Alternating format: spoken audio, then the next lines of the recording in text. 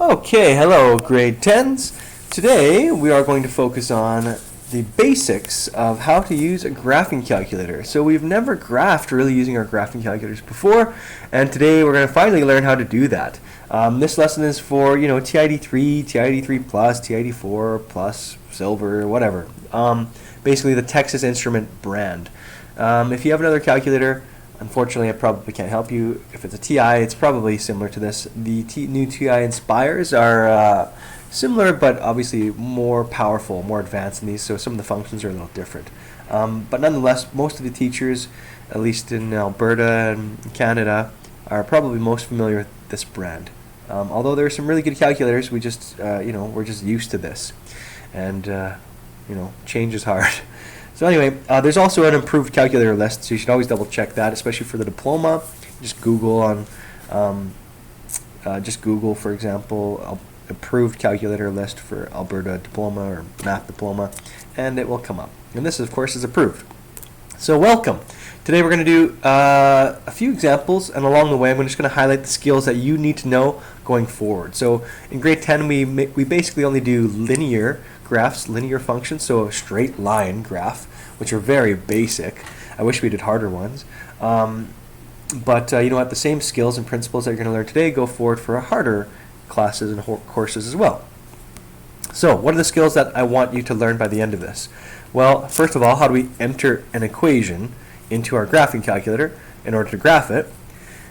Then number 2 is really important. How do you adjust the window, kind of like Google Maps? How do you zoom in and out onto that graph to effectively show the important points on the graph? Because oftentimes when we're graphing something, it might be a word problem or have a context. So you want to be able to graph mostly to see the intercepts or other important points of the graph, like if it has a maximum or a minimum, or the general trend in general. So you got to be able to adjust the window manually. There is a zoom feature on here, but if you can get the manual adjustment down, if you can change the window yourself, it's way more powerful than just doing this kind of broad, generic, kind of inaccurate zoom in or zoom out. So I'm going to focus mostly on teaching you guys how to adjust the window. Can you guys read that? I have to take the calculator out of here for a sec. How do you figure out the x-intercept? We talked about that in the textbook last lesson, but how do we do it on our calculator? You basically go to second trace and option, you choose the option that says 0 in there. I think it's option number 2. And then you find the y-intercept. You've got to be able to do that. There's a couple ways of doing this. The fastest is just hitting the trace button and typing in 0. You also want to be able to find any y, so a random y value if they give you some sort of random x value. So if they give you a random point on the graph, like an x coordinate, could you get its y coordinate? And vice versa. If they give you a random if they give you a random y, could you get that x? So in other words, if they give you some sort of random x, could you fill in this y value? And if they give you some sort of random y, could you fill in this x value? And then some extras we're going to talk about later are how to see a table of values in your graphing calculator. There's this interesting GT function I'll show you. Just a review of how to figure out or how to turn decimals into fractions, because sometimes you're going to get a point on the graph that says weird decimal. So if you can turn that decimal, as long as it's rational, I'll tell you how to turn that decimal into a fraction. It's a skill we already learned earlier in the year when we were together, but I'll just review it. And then for fancier graphs like in grade 11, like quadratics, how do you figure out a maximum or minimum value? So those are the skills. I have a little checklist. Hopefully we'll be able to check those off by the time we finish this lesson. So let's get to it. So I'm going to do 3 examples. Okay. The first one, and you can follow along with me, and if you need to pause or rewind on one of the steps that I take, then do so. And if it still doesn't make sense, then of course ask me, shoot me an email or whatever. One thing I'll say is you probably want to start by learning how to reset your calculator. If you ever get an error over and over and over and over again, you probably want to reset your calculator and just try it all over again. That's probably the easiest blanket solution I can give you guys without being in class and helping you individually. So how do you reset your calculator? And you're going to want to do this to start anyways, and we do this before major tests anyways for you. Just as a warning, it's going to reset any programming or games you've saved on there. It's going to wipe the memory of your calculator. So how do you do that? Go second, trace. Sorry, what am I talking about? I'm starting to get into the intercepts. Anyway, sorry, second, and you go to memory, which is the plus sign down here, and then you choose option number 7, reset. And then you choose option 1, all RAM, and then option 2 to confirm, yes, I do want to reset, so hit option 2.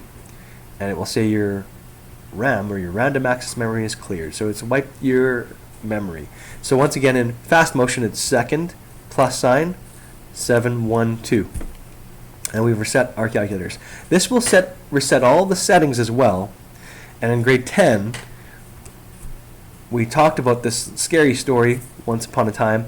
We do trigonometry in degrees. So when you go back to your mode, I would scroll down to degree and hit enter to change your settings back to degrees. It's not going to affect any of your graphing at all. It only affects the trigonometry unit that we did in measurement. So anyway, now you can quit that. So second mode again quits it. Or you just hit clear a couple times and it gets you back to the screen. So we've effectively reset our calculators.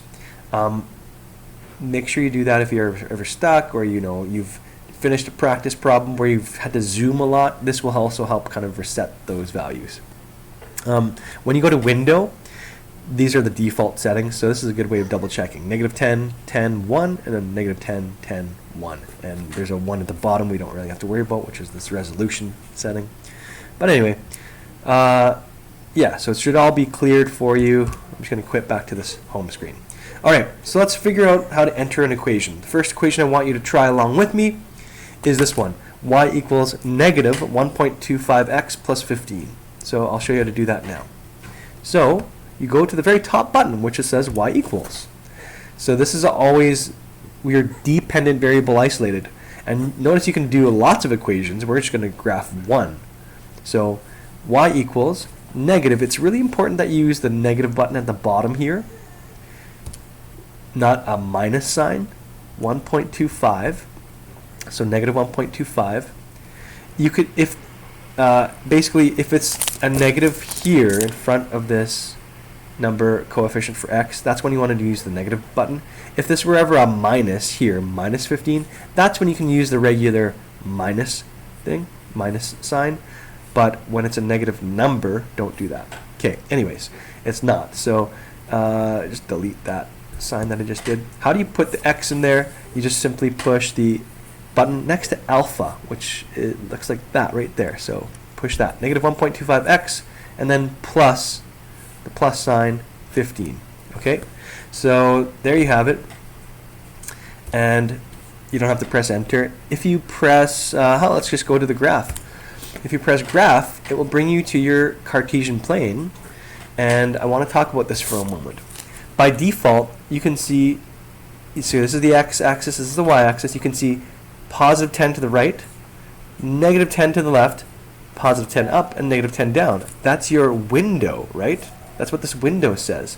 You can see for your x minimum and maximum, that minimum is, you can see negative 10 to the left, positive 10 to the right, positive 10 up for your y, and for your y minimum down to negative 10. That's what this window setting means.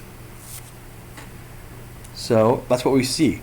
Now, is this a very good view of the graph? Can you see the important points? Most importantly, I would say, especially for linear one, can you see the x-intercept and the y-intercept? And no, our window is not quite good enough. So this is where I want to teach you how to do it manually. You can kind of see, this is your x maximum to the right. We don't have enough. We're only going to 10. And if you see, if this graph extends a little further, if we kind of increase the x max, we'd be able to see this intercept. Same thing with the y on top. Do you think we want to increase on our window the y minimum or the y maximum? Hopefully you're thinking the maximum. So obviously this comes with experience, a bit of guess and testing, but I know I want to see x maximum. It's probably around like 12 or 13 or 14, but I want to make this so that I can see the x-intercept and then some. So I'm just going to make this a 20, and I'll show you what that. So I went to my window and I scrolled down to X max and I changed this to 20 and go back to graph. Notice I can just see more to the right now. I can see all the way to 20 on the right. And again, don't just make it right where you can see the intercept. Like, don't shave off your window there, because it's going to be harder to see values later on in the future. Give yourself a little buffer. Okay, let's change our Y maximum as well. Go back to window, and you could have done this at the same time, but I'm just showing you step by step. And I'm going to make this a 25. Again, I just want to leave a little bit of a buffer. Let's see if that's enough. Sure, that looks great. Okay, so I don't just cut the screen off there, because again, that would cause problems down the road. You want to see a bit of a buffer. So can you clearly see the X and Y intercept now? Yes. If so, you've probably done a good job with this window setting. If I reset that, by the way, if you ever want to reset your window, like, oh, I messed up something, you can just hit zoom and 6, and that will reset you back to your default. You don't have to do that, by the way, sorry, before you press it. That will reset you back to this window if you messed up, and you can try over again setting the window. So notice it set the window back to that +10 and -10 setting. So really what this is kind of saying, it's kind of, the analogy here is like, all right, like you're seeing something on Google Maps, but you want to shift over that way, or you want to zoom out to see a broader view or something like that. So zoom 6, that's an important feature to reset. What else did I want to say about this? I wanted to say, oh, there's a zoom out feature, speaking of zoom. So I could just zoom out and hit the number 3. So zoom, hit the number 3, and then press enter. You still have to press enter, and it will zoom out for you. But like, it's just so, like, it's probably too zoomed out. It's not very accurate, relying on the zoom out and zoom in features. If you press enter again, it will zoom out even more. And if you press enter again, always wait for this loading bar to finish before you press enter more and more and more. But basically you can zoom out further and further and further. And of course you could zoom in if you press zoom and option number 2, enter. You can zoom in more and more and more that way too. But I just don't love relying on that feature, because if you're relying on this feature and you don't know how to set the window manually, you probably don't have very good skill, to be honest. So I'm going to hit zoom 6 to reset back to default. And again, I'm just going to show you what we did manually. So again, we made our X maximum 20 because we need to see more to the right, and we made our Y maximum 25 because we need to see more up. And there you go. So that's obviously a better depth of understanding if you can do it manually. So that's already, if I just take this out of view, hopefully that's already entering an equation. You just go to the Y equals button at the top left, and how to adjust the window manually. You got to do a bit of thinking yourself. Hopefully the first 2 boxes we can tick off. Let's go on to how you find your X and Y intercepts. Those are probably the most important 2 points on this graph. Okay, so once again, I've got the Y equals negative, make sure you use the negative sign there, 1.25x plus 15. And how do I figure out the x-intercept? Usually anytime you want to find a point, because there's infinite points on this graph, on this line, you go to second trace. So if you press second trace, you get this new menu, which is a calculate menu, and you're going to try to calculate or find points on this graph. So usually you're going to go to this menu anytime you want to find a point on the graph, including the 2 intercepts. So let's start with the harder one, to find the x-intercept. Another name for an x-intercept is a root or a 0. The reason we call it a 0 is because the height is 0. If you look on this graph, the x-intercept's right here, right there, and its height is always going to be 0. So that's one kind of reason we say that it's called a 0. So second trace, I wish they just called it x-intercept for our beginners, but it's 0. This means x-intercept. And then it's going to ask you for the left boundary. So you know that's the x-intercept. You got to go anywhere kind of close to the left of it. So I'm just going to use the arrows to the right here, and I'm going to move my cursor so that I'm anywhere to the left of it. Okay, I'm going to set a boundary. It's going to set a little marker there for a left boundary, and then it asks for your right boundary. So now you got to move to the right of it. So move your cursor. In this case, it's going to be under it, anywhere to the right of the intercept. So now we're to the right of it. Press enter, and notice it set a little marker, a boundary on the right. This means now your calculator, you've narrowed down where it can search for the x-intercept. it says guess, or it's going to try to estimate. Your calculator is going to try to guess what the x-intercept is in between those two markers. So you've given it a narrower range to search from. And here it is. It's 12, 0. So I could write that down in my first answer. Let's get this out of the screen. So my x-intercept was 12, 0. My x was 12 when my y was 0. Perfect. We got our x-intercept. Once again, you go second trace, 0. You got to go to the left of it anywhere. Press enter. To the right of it anywhere. Press enter and enter a third time. And it's 12, 0 if you do that properly. Okay, how do you figure out your y-intercept now? For your y-intercept, that's the fourth skill already we're on. Here, I'll show you the slow way. You go second trace again, because this is the menu you want to go to if you're finding a point. This time you're going to choose option number 1, and this should be called x value. So if you choose this, you can actually put any x value in the world here, and it will take it to you on the graph. It will take your cursor, your blinker there. And remember, for a y-intercept, the x, the opposite, is always 0. So if we punch a 0 in there, boom, it takes you right there. 0, 15 is the answer for that one. 0, 15. All right, there's that point on the graph. Super easy.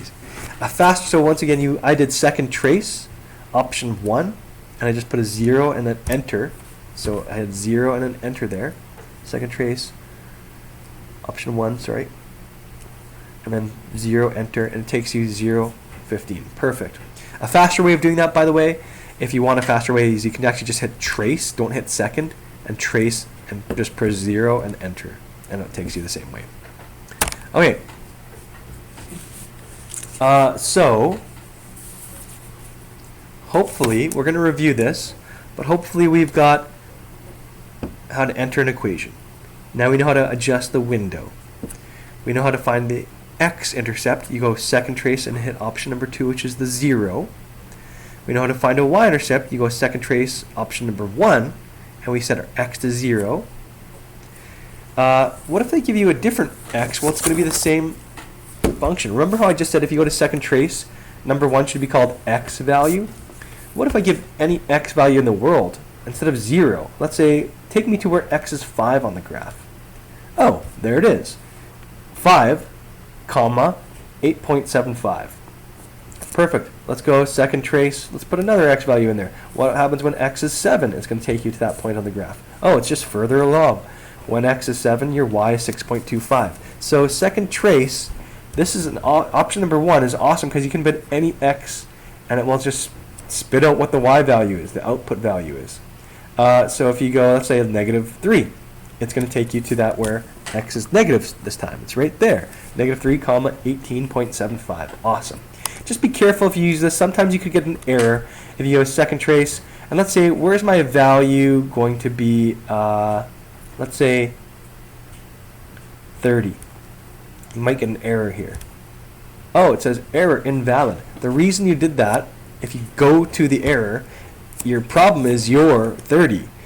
The only reason you're getting an error is because it's simply not on this window. Remember, if I go back to my window setting, I can only see an x maximum of 20 here, right? I can only see to the right 20 on this graph. I just asked to bring the cursor to when x is 30, way over here. That's not on the graph. So if you changed your window, let's make my x maximum more like 40. You're probably going to have to do the y minimum here. Yeah, we don't see enough of the down because it extends down. So let's change our window to y minimum of like -30. And graph that again. Now if I go try that again, where I go second trace, and I put a crazy bigger value like x is 30 in there, you won't get an error. Oh, you just couldn't see it. You weren't zoomed out enough before. It's actually -22.5. So there's your ordered pair, 30, -22.5. So basically, long story short, for skill number 5, if I give you any x in the world, you can find its y. You just go second trace, value, you choose any x. You just got to make sure it's within your window setting, otherwise you're not going to do it. So again, I'll go x equals, I think I actually have I have a practice question there. What happens when x is 6? You know it's going to be 6 comma something. So let's try that. When x is 6, my y value is 7.5. So 7.5 is the answer for that one. Perfect. All right, does that make sense? The hardest one, and I wish they would have programmed this in, is, it's not the hardest one. We kind of have to cheat to do the last skill here. To do option 6, how do you find any, if they give you any y, how do you find the x? And there's no, unfortunately, if you go to second trace, there's just nothing in the menu for that. When they say value, they really mean, all right, you can plug in any x value. There's no y value function, so we have to cheat. And remember this, because this is going to come into play in a lot of other problems. So if they give you any y, like in my example here, I say, all right, what if y is, for this equation, same equation we got graphed, what if y equals 10? The way you do that is you actually have to go back to the y equals, top left, and you have to go down to a second line, y2, and you have to do another line on here. Now this is a fake line. Y is 10, so I'm going to put my 10 in there. And if I go to graph this, I forgot my window settings, kind of ugly. Let me just change my window back to, it's more like a, what do we say, 20. This was more like a -10. Okay, so if you do this, you get another fake line drawn in here. This is not a real equation. Remember, our real equation was the diagonal one, y equals -1.25x plus 15. But now we drew an imaginary line in here at a height of 10. So there is a way we can now get this point right here where they intersect. That would be where my height is 10 on my graph. So if I can find this point, I have my answer. That's where y equals 10. And there is a feature to do that. You go to second trace, and you choose option number 5, which is intersect, like an intersection, like a traffic intersection. And all you got to do is usually press enter 3 times after that. It will automatically detect your 2 curves, or your 2 lines. 1, 2, 3, entered 3 times, and there's my intersection, 4, 10. That means, oh, x is 4 at that height of 10 that you wondered. Again, you have to kind of cheat and do a second line in there and find where they intersect. So, answer is 4 when a height of 10. So you always have to do that second line in there anytime they give you a y. So automatically if they see you're given a y, you got to cheat and do a y2 equals whatever the number is. Okay, so hopefully those are the last 2 skills. Again, we're going to just double check those using another example.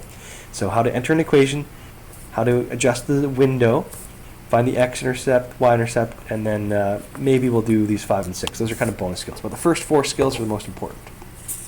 Okay, next example. You might remember from another lesson, I gave you an analogy where we had a value of a car in dollars over time in years. So it's going to depreciate as this car gets older, right?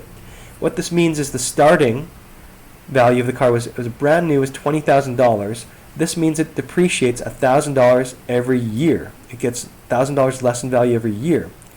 Really important is to understand that your ordered pair here, t comma v, your time is in years, your value is in dollars. So, how do I figure out the x and y intercept for this one? So I'm going to reset this. How do you clear this out? To do a new thing, you just clear this, clear any lines there, and when you go to your, how do you reset your window? Remember, you can just hit zoom 6 to always reset your window. Now you're starting from scratch again with no equations in there. So clear out your equations and then hit zoom 6, and notice your graph should be totally blank. Okay, so let's enter this new one in there. It's 20,000, and this is a minus sign, it's not a negative, so minus 1,000 x, or 1,000 t, but we're just going to use the x button again. So y equals 20,000 minus 1,000 x. If you graph that, it's loading, loading, loading, nothing appears. Why does nothing appear? Well, these are huge numbers. And if you remember y equals mx plus b form, the b, or the y-intercept, is 20,000. That's huge. Remember, in our window we can only see up to 10. We need to see a y max of 20,000. So that's why you don't see anything. This is a ridiculously big number because it's a word problem. My y max, I know my y-intercept is 20,000, so why not make the y max like 30,000? Remember, we need a bit of a buffer. And here's just a personal tip. If I'm changing the y max to like tens of thousands, I kind of like my y minimum just to match that kind of scale. I'm going to make that maybe like negative, I don't know, 5,000 or 10,000. Just make it in the thousands too. That way your top of your graph is not huge and the bottom of the graph is like really squished. And if you graph that now again, here I've got all the way to 30,000 and this was to negative 5,000. Maybe you want even a bit more of a buffer. Imagine you had left that at negative 10 by default, that y minimum. Here's what it would have looked like. It would have looked awful. It would have been right squished at the bottom. You can't even see any of the negative values for the y. So that's why I would recommend if you change one side of the scale to the thousands, maybe change the other side. I'm going to change mine actually to negative 10,000 just to make this even greater of a buffer. So you see 30,000 up, now negative 10,000 down. And so we see the y-intercept here. Remember, this is the value of my car, it's depreciating over time. We can't see the x-intercept over here. So would you agree I have to change the x maximum more? I can see all the way to 10. You don't have to change this to thousands because here we're talking about years. On the y-axis, we're talking about dollars. Here, 10 years, we are almost seeing the intercept already. So you don't have to go crazy with this one. I would just say, maybe let's make our x max like 25. Actually, let's make it 30, sorry. Okay, and we can clearly see the y-intercept and the x-intercept now, so we're all good. Remember, in the context of this question, here the x-axis we're talking about years. You can't actually, even though this graph extends both ways, you can't actually have a negative amount of years. So the domain of this, really this part to the left doesn't really matter. You can't have a car that's negative 2 years old. And same thing with the up and down. Even though I made this buffer, this is talking about the value. You can't have when the car was worth more than brand new, 20,000. So this part of the graph here doesn't make sense. And same thing with the part of the value that's negative. That part down here doesn't make sense. The true graph is just really that. That's the domain and range of this whole thing. Anyways, that's just to keep in the back of your mind to interpret this question. How do you figure out the x and y intercepts for this? So, x-intercept. Now that you've got this, nice and, this is your window setting if you need to copy it. How do you do this? Well, second trace, do you remember x-intercept is 0? So option number 2. And you got to go to the left of it, so I got to scroll down. This is why I left a little bit of a buffer up below it, because imagine how hard this would have been if you didn't leave that buffer. Go to the left of it, press enter. It's going to set your marker or boundary. Go to the right of it, press enter, and then press enter a third time, and it's going to figure out what the x-intercept is between that. And this makes sense logically. Your x-intercept was 20, 0. What does that mean in this context of the question? Remember over here, let's get this off screen for a sec so it can refocus. Over here, we talked about t, v. That means 20 years, the value of your car is 0. Oh, after 20 years, my car is worthless. So it's really important to connect your variables to your ordered pairs when you get them. Now we can interpret what that x-intercept means. What's the y-intercept? Well, a skill for that is second trace. This time we go value. And remember, for a y-intercept, x is always going to be 0. So plug a 0 in there. X is 0, and it spits out, of course, it's 0, 20,000. Because when 0 years have passed, it's brand new, it's worth its original $20,000. Yeah, it's worth its original $20,000. Okay, what if they give you a random time? So this is an x, remember. So this is skill number 5, if they give you a random x. So, given a random x, it's still that second trace. Remember, any x value in the world is this first option. All right, after 8 years, what is this? Remember, it's t, v. So 8 years, it's worth $12,000. So value is worth 12,000. And lastly, remember if they give you a y value, a height, that's where we kind of got to cheat. So you go second line here, so go to y equals and go to y2, and when your y is 3,000, how old is the car going to be when it's worth $3,333? So put a 3333 in for your y2, graph that again, and we got to find where they intersect. It's this point right here where they intersect, right there. So you go second trace, option number 5, and here you can usually just press enter 3 times. It's smart enough to find where they intersect. it's going to find the guess or calculate the intersection between these two lines, which is after 16.6 repeating years. So 2/3 of the way, 16 years and 2/3. So 16.6 repeating years, and this one was dollars, of course, before. So of course, if they were asking you to answer in sentences, you could use your units and enter in sentences. But basically, this means after 16.6 repeating years, the value of the car is only about $3,333. Okay. All right. So how did you guys feel about the checklist there? Double check, entering an equation, adjusting the zoom or the window manually. Again, you have to use some thought, like think about your scale for your X values. In this case, we had years, and the Y values was value. We had to make it 30,000 to fit. So if you can do that, though, you have a better understanding than just relying on the zoom buttons. Figuring your X-intercept, you go second trace to selecting option 0, or option number 2, I should say, which is 0. Go to the left of it, press enter, go to the right of it, press enter, and enter a third time. Finding the y-intercept is much easier. You go second trace and set your x value to 0. And same thing for skill number 5. It's the same skill as number 4. You just, instead of set your value to 0, you set your value for whatever x they gave you. And then if you ever want to find an x value, if they give you a random y, you have to plug in a second graph, a second equation, I should say, and then find where they intersect. So use the intersect feature. So hopefully we reviewed those in those 2 examples. Okay, last example. This is going to, actually, you know what, that's pretty much what you need to know. And I'm just going to teach you a couple extras right now because they'll help you in higher grades. And actually some of them are just for fun too. Like number 1 is kind of just for fun. So if you want to go ahead and practice those, main skills and pause here, go ahead and do so. But there are some valuable things in this extra stuff I'm going to say. So, one cool thing is, you know how we just graphed? I'm going to delete the second line here. I'm going to delete that guy. Let's go back to my graph. So I've got my value of my car here, right? Another cool thing you can do instead of graphing things is going second graph. That brings you to the table of values. This is the table of values for my car, which is pretty cool. So it automatically generates a table of values connected to the graph already. So after 0 years, of course, it was brand new, $20,000. After a year, that's worth $19,000. You can just kind of scroll up and down here, and you see a beautiful table of values, at least the whole numbers. It doesn't have every point in between, like the fractions, but and of course, these ones, it has the negatives. They don't make sense in the context of this question because you can't have a car that's like -3 years old, of course.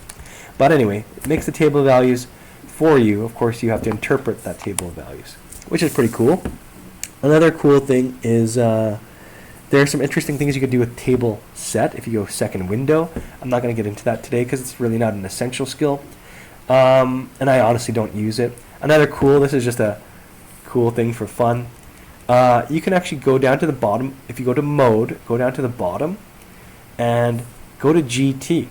You can actually see graph and table at the same time. So if you do that and then you go back to graph, you can see that car graph, which is your depreciating, your negative slope, and its table of values on the right hand side here. And you can even kind of use the trace to kind of see different points along this. This is weird fractions. Sorry, that one didn't work very well. Actually, sorry, I didn't get on it properly. You're going to go trace. There we go. Trace and then go up and down. And you can kind of see different points that way. And it can even give you fractions this way. So, pretty cool. Just split screen mode. Also, in case you want to know, what's that other one? Horizontal. Horizontal means you would see your graph on top. And you can still do calculations like normal down below. So there's your graph, and if you still want to see your graph, and then, I don't know, let's say you want to do like 5 times 9 down below. You can still do calculator functions split screen this way, which is kind of cool. Anyway, I honestly don't even use those fun features. I always just do full, but that's kind of cool. All right, so that's the extra for that. I also wanted to review how to turn decimals into fractions. What if you ever got like a weird decimal, like I don't know, one of your points was like 3 comma negative 5.215. Well, how do you take the 5.215 and turn it to a fraction? You go to math. Actually, let's just quit my screen here or hit clear a couple times. If I wanted to take a fraction, 5.215 I think I said, oh gosh,